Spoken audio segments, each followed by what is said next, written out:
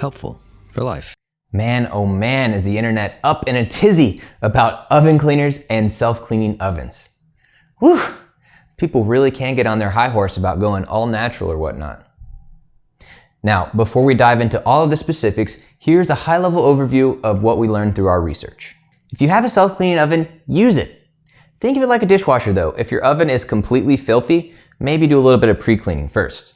If you don't have a self-cleaning oven, use oven cleaner spray. The scientists at this company worked hard to come up with a product that makes cleaning the oven much easier. Take advantage of their hard work and their science. Be careful though and read the labels. It can be dangerous if you inhale it or get it on your skin. If being all natural is important to you, that's perfectly fine. Just know that it may take a little bit more elbow grease and a little more time. You'll get it done though. What you'll do is you'll put a baking soda and water paste all over the oven except for on the elements. Then you wipe it up with some vinegar. You may need to use a plastic scraper on those tough spots, and you may need to repeat the process a few times if your oven is particularly dirty. Now, how often you clean your oven obviously depends on how much you use it and how messy you are. But a good general rule of thumb is to clean your oven once a year. If, however, you see big patches of stuff on the floor of the oven, or whenever you turn the oven on, you smell something, and of course, if you ever see smoke, then it's probably time to clean your oven. All right. There's the short version. Let's expand on it. First, make sure that you clean the outside of your oven. This is pretty straightforward, so we'll be brief. Use soapy water or a store-bought cleaner that is appropriate to the material that you're cleaning.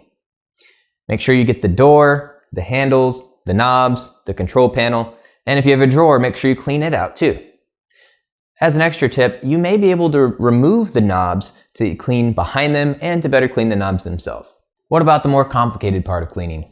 The inside. Well, as you may guess, the oven is easier to clean if you clean it more often.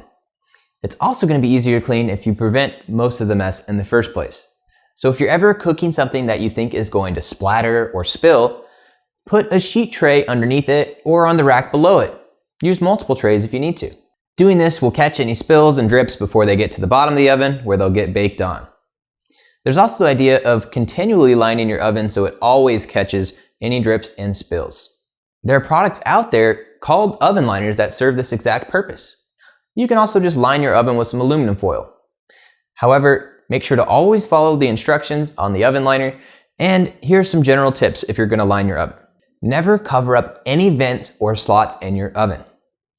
And if you have a hidden bottom element, like the one you see on your screen, you probably don't want to put the liner on the bottom.